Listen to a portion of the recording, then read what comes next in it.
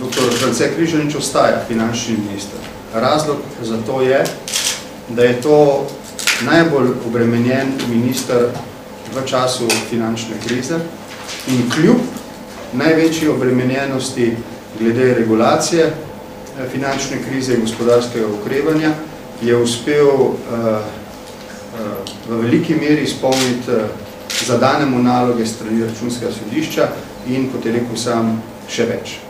Jaz mislim, da sta to dovolj utemeljena razloga za to, da v tej diskrecijski pravici predsednika vlade, da odloči ali sprejme poziv ali ne, namreč treba je povedati, da odločitev predsednika vlade, da ne sprejme poziva, ne pomeni nespoštovanja Računskega sodišča ali institucije pravne države,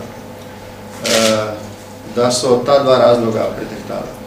Torej, njegovo predano delo v času teh 2 let, prav gotovo, to se da nominalno in sicer dokazati, najbolj obremenjen minister, kljub temu izredno resno in odgovorno vzame v pretres zahteve Računskega sodišča in se na njo odzove. Na koncu so v parlamentarni proceduri kar 2 zakona, ki urejata to področje.